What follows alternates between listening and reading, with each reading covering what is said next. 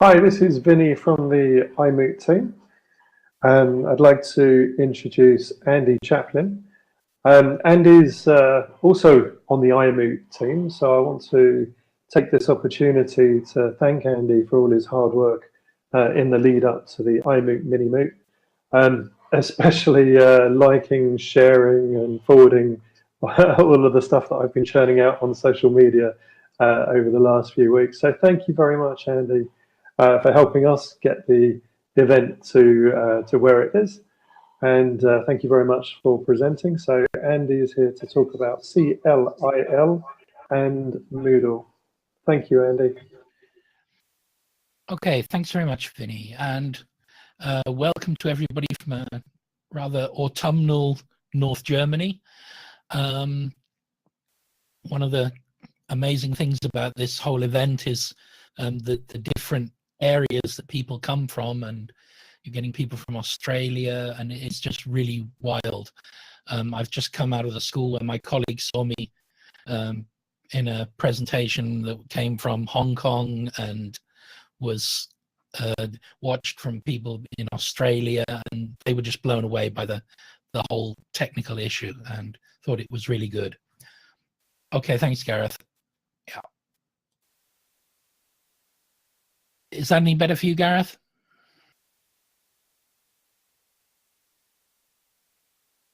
Okay. CLIL. Some people refer to it as CLIL. What it is, for people who are not language teachers, is content and language integrated learning. The idea being that you teach not just a foreign language to someone, but also you teach them something directly in that foreign language, something that they do not know or knowledge that they do not bring to the language classroom. It's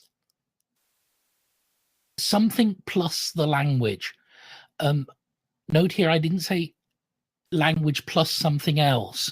I'll get onto that later, why I chose that order. There's a lot of things that are said about it, a lot of impressions. It provides a more immersive experience, that it's more motivational. It's certainly very popular with human resources managers and with personnel departments, because they see it as getting training, 2 for the price of 1. It's not for everybody, and I'll go into some of the reasons why I believe that at the moment. Very small little hint up in the top right-hand corner there, it's more work for the teacher. It's not saving time for the teacher. It may be saving time for the learner, but the teacher has certainly got a lot more work to do, particularly in the presentation, or sorry, in the preparation time. Yeah, the manager, or certainly the training manager, looks at this as saying, yes, their staff get training in a foreign language, and they also get training in something else. This saves training time. The people are for a shorter time away from their real job. Some examples of that might be, the example I've given here was training using a computer-aided design program, Autodesk Inventor, whereby apprentices were trained in the use of this program and English at the same time. It makes for a happy manager. And sometimes it can make for happy learners. It provides a different environment to the usual classroom, but it's certainly something that training managers are prepared to pay a premium for, but they're still getting a very good deal. They don't pay twice the rate, or not in my experience in any case. The trainer's view is somewhat different. You're producing a course which has a language content, but you've also got to produce a fully valued course that's teaching the students something else. It's not simply about specific vocabulary. The very key difference from teaching English for special purposes is that in that situation, you would expect the learners to have knowledge of that special purpose in their own language, in their native language. In CLIL, they probably don't or have very little. This really does mean that the preparation time is much, much higher. And particularly what you have to consider as a teacher is that mostly it's language teachers who are teaching the other subject. The other subject may or may not be something that you are really well trained in. Your real prime area of expertise is teaching language. And the other part is something that you may have done, you may have some experience of, you should have some experience of, but it's not necessarily something which is has been your prime interest. If you're not skilled in the other subject, then the results are probably not going to be very good or not very satisfactory for the contract giver and for the learners. So it's really something where you need to bring another skill to the table. An example here is customer service English. The classic customer service English is that learners do that. It might be in a hotel or in telephone services, and they know it in their own language. They need to know the very specific way of teaching, of learning that in a foreign language. The trainer there has the role of the language coach, and lots of skilled and relatively new language teachers can cover something like that. In CLIL customer service, the learners have very little knowledge about the subject, and the contract giver is expecting them to be trained in that, in a foreign language. The idea being that they have a transferable skill that they can then apply in their own language. So the trainer is the language coach and the customer service coach at the same time. This creates really a substantial workload for the trainer. And that is really where Moodle can come into it. Moodle is very good at taking some of the load off the teacher's back, something that Trish was talking about in the last really good presentation. So yeah, Moodle's there, and Moodle's there to help. This is an adapted slide from a previous a presentation which I did, Moodle for the Lone Ranger, but it does explain part of the problem. And although Moodle is there to help, yeah, it still requires a lot of input from the teacher at the beginning, and a lot of decisions need to be made about how to use Moodle to support the learning experience. Automation really is the key word here, and that's something that Moodle really does very well, and over the past few years has improved enormously, looking at things like something that is maybe rather unpopular with really modern trendy language teachers, drilling activities. It's something that's not so often done in class nowadays, but if you put it on your Moodle site, you will probably find that that is the #1 go-to activity from the learners. If you have learners wanting to get really certain of their tenses, for example, and you put up a past simple exercise using random questions from a category, the usage of that is enormous. People go on the site, they've got other exercises to do, but first they'll do this random exercise 2 or 3 times quite regularly. So it's something that where there is a difference in view, I think, from what trainers and pedagogic experts think and what the customer actually wants. And it is an activity that has a purpose. It really does help them to be sure of what they're doing. You do that on paper, you're going to go crazy, or you're going to have to employ someone just to check it all. It's something that Moodle does really, really well. Things like progress testing, milestones, stage tests is also something that Moodle can do pretty much automatically. The drilling activities I would almost put into the same category as fun practice. But there are games plugins which you can use in Moodle that produce crosswords from question databases and from glossaries, produce hangman activities. Depending on the level that you're dealing with, you can produce automatic, very specific vocabulary and grammar training that is really focused on the needs of the people there, and not just a general vocabulary.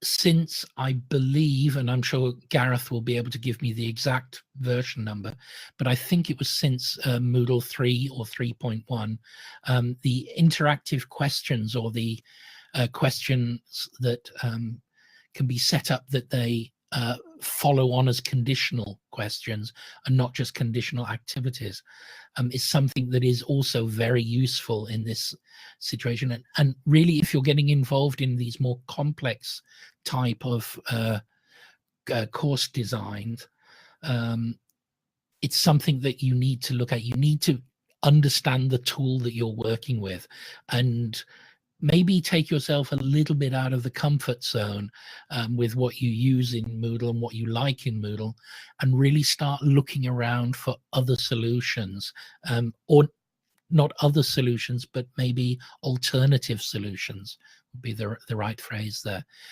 Certainly, I learn more by contributing and reading in the Moodle.org forums. There's hardly a week goes by when I don't find a tool that I've never heard of before that gets put on my list of things to look at. Not everything makes its way into the Moodle, but a lot of the things there are really, really useful. H5P, which was in a presentation a couple of hours ago, was something that I found on Moodle.org. I'd somehow missed it. And found it absolutely wonderful. And since then, I've looked very much at resetting a lot of my materials to take advantage of the H5P plugin. One of the questions that I ask when when I'm producing CLIL courses is, where do I want to focus? And the thing that's slightly strange here is, at this point, my focus is probably not on my main skill, which is being a language teacher. I trust myself to do that part of the job as well as possible, without necessarily needing to really 100% focus on that in this context. That's the part that I'm comfortable with, and that's something that I can trust will work. The area that's much more difficult is than the extra piece of teaching, the example of using customer service. It's something I had done some customer service training in England, where I trained hotel workers and to actually English native speaking hotel workers in customer service. But it's not the area where I'm absolutely up to the minute. And so that's the area where I focus on in the course. That's the thing where the course design becomes very, very important. And so those are areas that I tend to allow more input from me in the marking. The automatic parts are the parts that I can trust because I know that I've set up Moodle to do my job properly when it comes to checking grammar and checking the other things that I want to do in the language section. So that frees up more time to look at the parts where I'm not so 100% certain, and also allows me to really focus on creating good assignments or workshops within Moodle, where my input in correcting and marking those is much more important. And so those are the things that get my attention. And really, following on from the last slide, the automatic parts are the parts where I know that I'm sure about what I'm doing. Another example here is Autodesk Inventor, as I said, this CAD program, which has become quite a popular course with a number of engineering companies where I work, who I work with.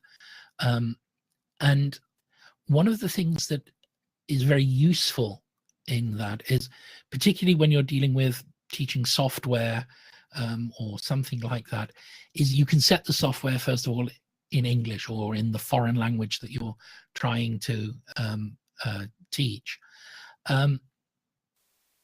What's rather interesting, and I discovered this with a number of these type of things, is that there's what I would call a natural gamification there.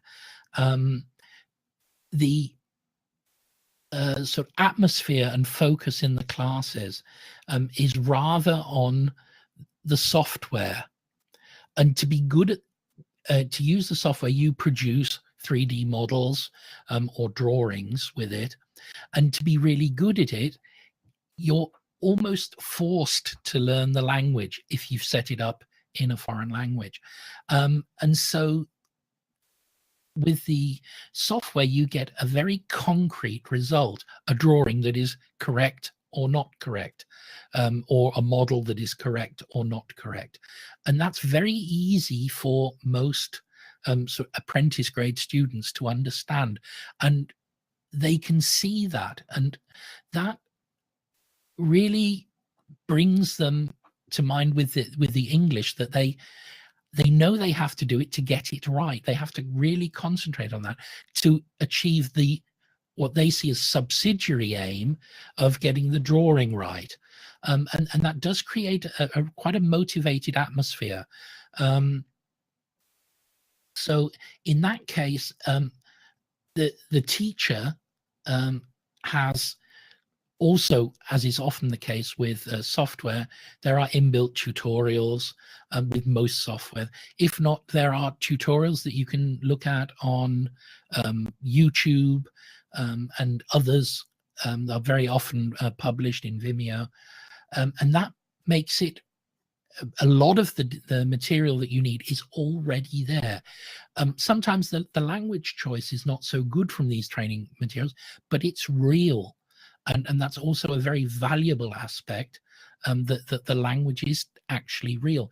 And to give the example from Autodesk, when I started using it, and certainly when I was creating this course, I went through some of the tutorials, and I've got a degree in industrial engineering, and I didn't understand some of the English that was used in it. It wasn't really very well written. It wasn't written in a clear way at all, but that's the real challenge that you have. And it means that when you're looking at the language part of it, you can explain that you have material that you can directly work with that is relevant, not just for language teaching, but also for the subsidiary part of the course. And that is the thing, that the teacher has access to this material. You don't have to go hunting for it. It's actually right there, ready for you to use. Yeah, this is a truly horrible graphic. And I created it. I am amazed at people who can create wonderful graphics that explain processes. The problem is that the course creation is much more complicated than looking at a normal course where you have only one central topic. You have your course objectives and you've got to reach those somehow. One of the key things here that the language teacher has to be careful with is to look at the content, the other part of the course first, and then see what you can use as language, what part of the language you're going to be teaching there. If you do it the other way around, the normal way for a language teacher, it simply won't work. And so you have to look at content objectives, which parts of the language are suitable for those objectives, then go on to designing the content part of it, and then doing the language design and language suitability again. So it's a rather sort of zigzag course through the design process that is somewhat more complex and certainly not necessarily intuitive for the language teachers. It's certainly a different way of creating a course. People who don't teach language as part of their course probably would see this as pretty obvious, but certainly language teachers can have problems if they focus first on the language and then on the other part of the content. Although I'm a huge fan of plugins and I happily try out loads of them, very few actually does some kind of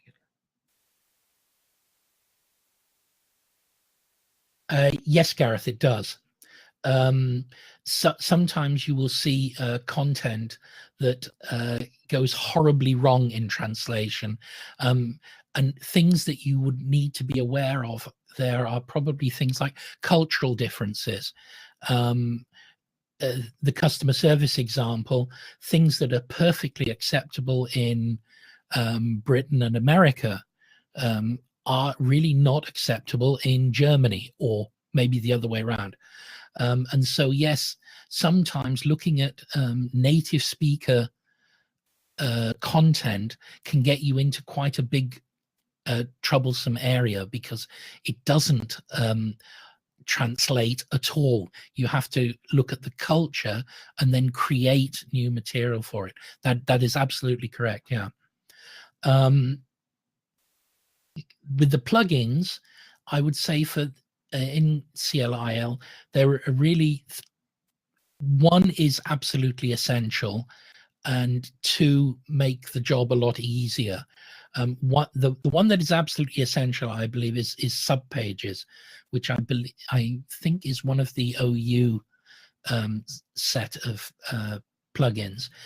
It's an unusual one in as far as it's not available on the Moodle plugins page. You have to download it from GitHub and as a zip file, and then upload it as a zip file. It's no big thing, but it's not quite as comfortable as some of the other plugins that you'll install. The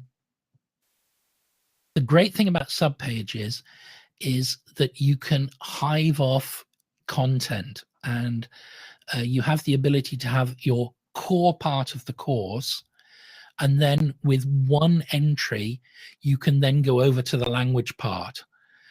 And then come back to the main part of the course without having it all in one long block within, or in a huge series of modules within the course page. So you can divide off certain aspects, and that's something that you need to think about a lot, is what can be self-contained as a module, what has to be done then and there, what can be done at some point. And I will give you an example of that in 1 or 2 slides time.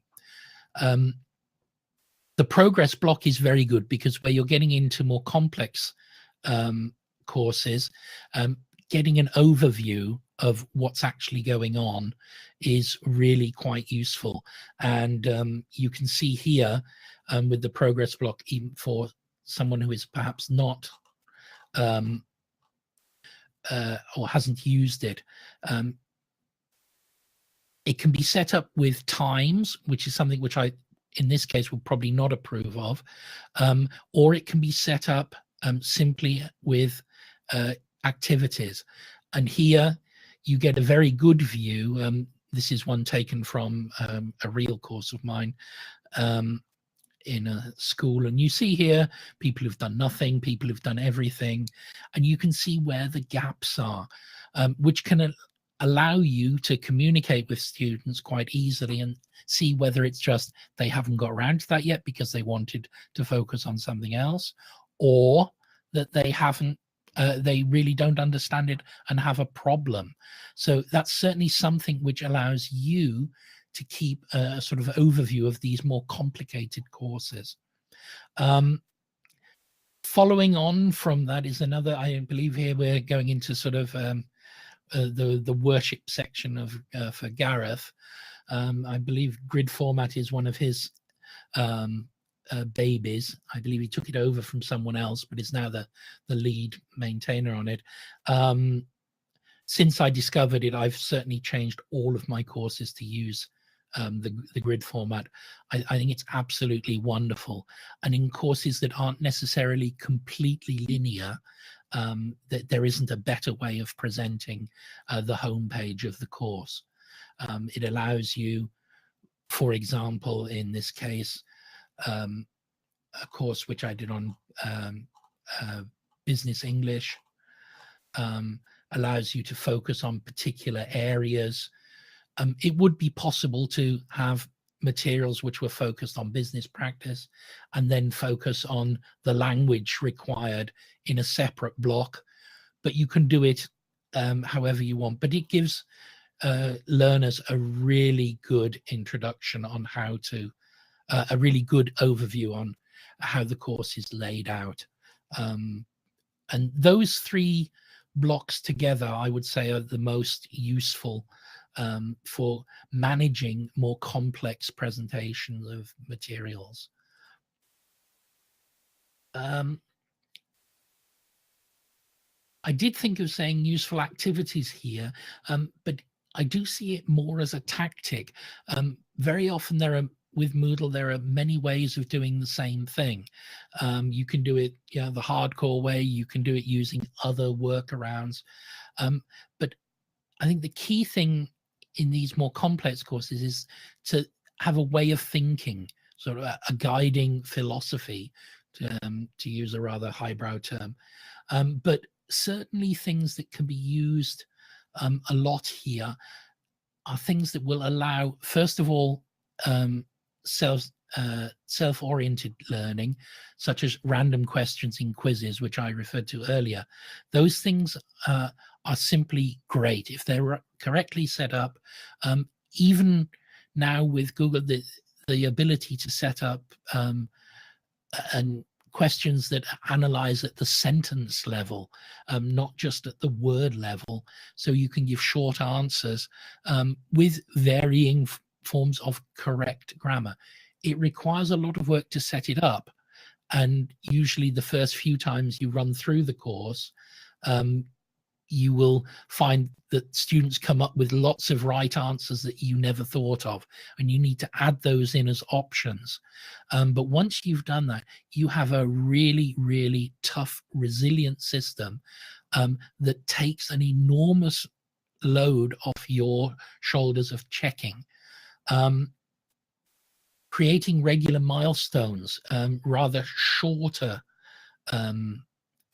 blocks, is rather useful, that they can work in small, certainly in the content part, in smaller blocks, that the language doesn't become overwhelming.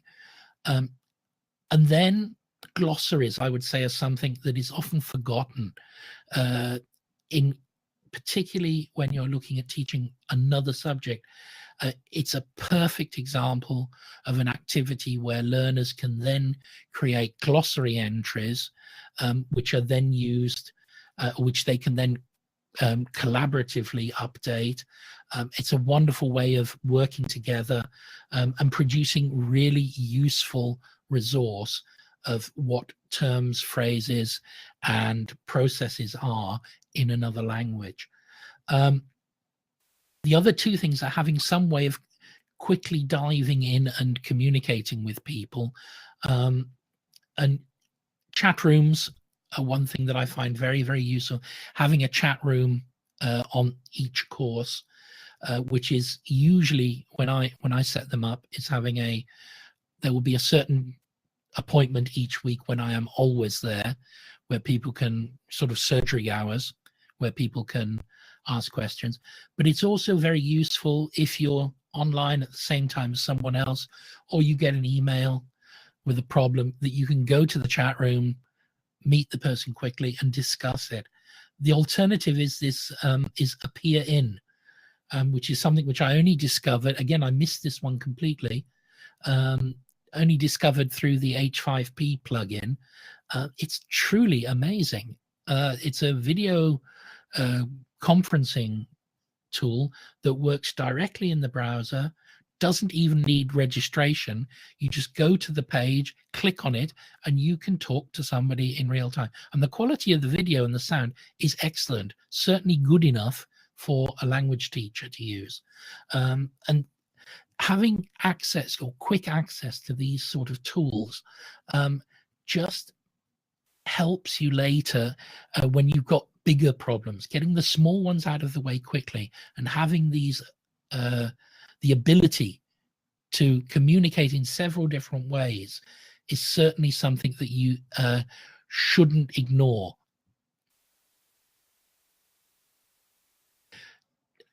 Yeah, don't reinvent the wheel here. Two of the really important things here are YouTube is a fantastic place for finding cat videos, but it's also a really, really good place for finding training videos and how-tos, very often put up by the companies themselves, very often put up by dedicated amateurs who really love doing this stuff, and checking them out. What I would suggest is go and look up CLIL in YouTube at some point, after iMoot's finished, of course, tomorrow, the next day, no, not straight away. But go and have a look up CLIL, and you'll find really, really good videos with varying views on it. Provided a lot of ideas and a couple of things that I hadn't really thought of, although I've been doing this now for some years. So YouTube is a great place to pick up sources. And you really shouldn't forget Moodle itself. CLIL is unlikely to be your only form of course presentation, right? Don't forget that you've got lots and lots and lots of questions and activities from other courses. It's easy when you think, oh, I'm going into a new area now, so I need to do everything, right? No, particularly in language teaching, you can recycle some things. I'm not one of those that believes that, that there's a phrase amongst business English teachers, business English is still English. I'm not a fan of this. I always think that's a bit of a cop-out. But there is an element of truth there. Yes, it's partly English, but it's very specialized English. And there are different rules about grammar. There are different rules about vocabulary and language that don't apply in normal English. But there is still a lot of things that do overlap, and you take those from your other language courses. Yeah. So don't completely rewrite everything. You'll just never get to the point of ever doing any teaching. You'll become a professional course creator.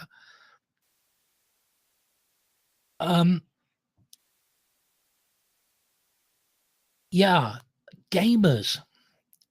I teach, or have recently taught for some time at a secondary school, what you would in England probably refer to as an inner city comprehensive. In many respects, the Michelle Pfeiffer film Dangerous Minds or My Posse Don't Do Homework is quite relevant to the area where I'm teaching. But what I discovered was that when I found people that were really good at English, which in such a school is not very common, they were all gamers. And I didn't really quite work it out at first until I started asking them and find out why. And the reason was they all played World of Warcraft, which is in large part carried out in English. All the chat rooms and everything else takes place in English. And it really made a huge difference, this contact with the language. And so I worked on this and actually redesigned some elements of teaching in the school that allowed the gamers to talk about gaming. And suddenly they were quite a lot more interested. The language of gaming is, the vocabulary of gaming is not necessarily completely useful in other areas, but the language is, the grammar and everything else is. And they could then use those structures in normal, in inverted commas, English later. And that's what I mean here with this content and language integrated learning, that, for example, the picture here of a part which is designed, it's part of a 3D printer. And in trying to get that right, which is quite a complicated process, kids had to really work at explaining what they were doing, what the part was going to do, and things like that. And this challenge to explain all that, because they knew it, but they didn't have the right words. Yeah. And being strict then and making them do that in forums, in video messaging and things like that, really brought about a huge improvement in their language, much, much more than you would get in a normal language course.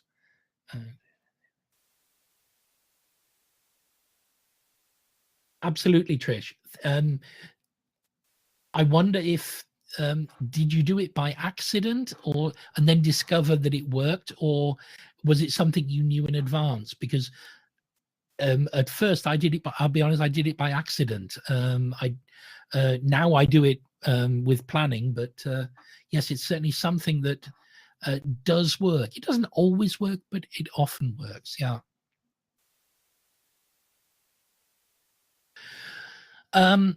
Here's a course screenshot I've done of a course which I was, which I created, and the screenshot is actually from quite a while ago, as I was building up the course, and I thought it would be quite useful for you to see here. This is a course about management philosophy, and looks at the great thinkers in business management over the last 150 years or so. And this is one that's now very popular with senior managers who want to know, they're usually very good at English, but they want to know something else. Most course books are really quite boring and for these type of learners. And so I created the materials here. It was actually, I stole almost all the content from a module which I studied myself at university.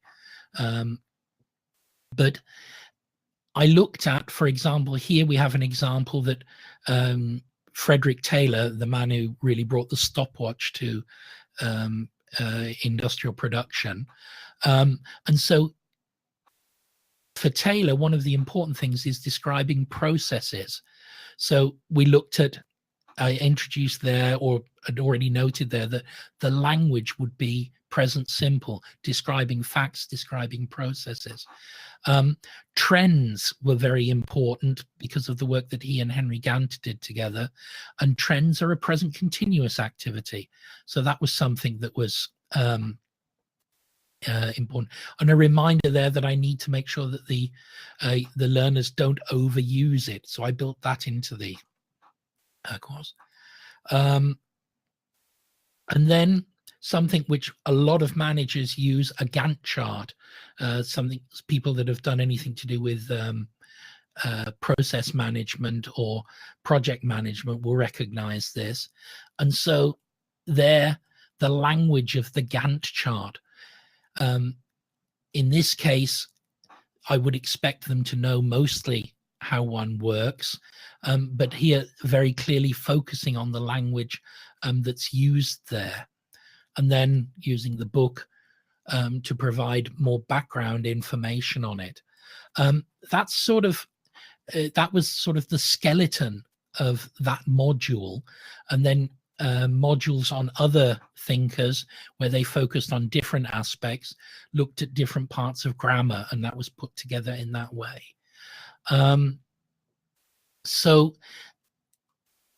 the one thing there, that the header there applies to the student. Freedom, yeah, is a wonderful thing, but it also comes with responsibility, something that quite a lot of people seem to forget.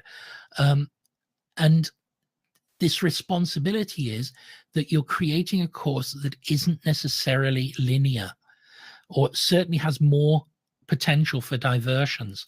And that's something which requires responsibility from the students.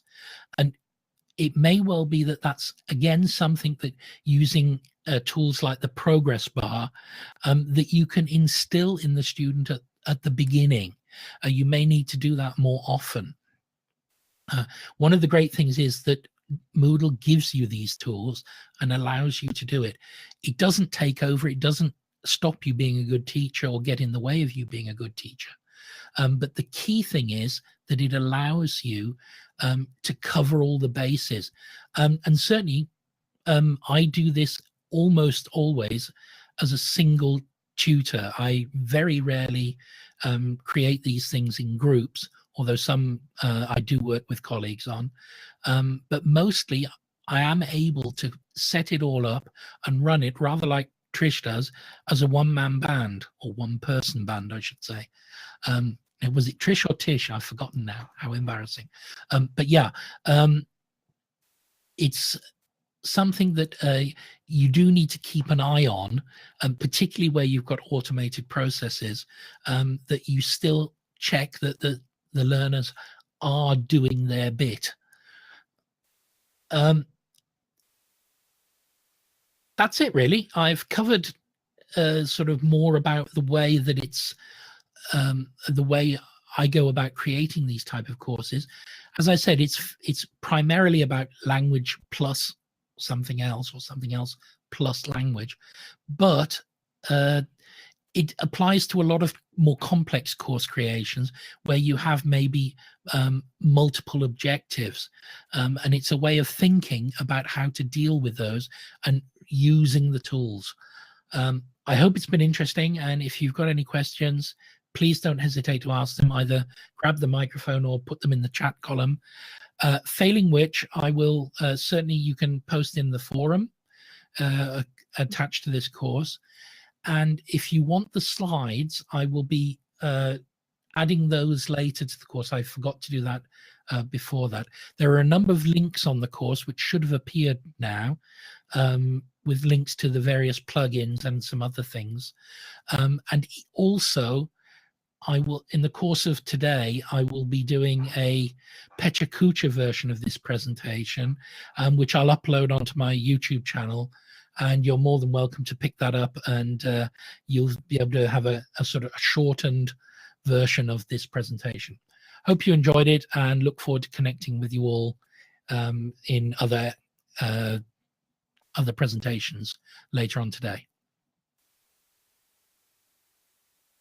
Thanks very much, Andy, and thank you once again for all your help with the iMoot Mini Moot. No problem, Vinny. It was a pleasure.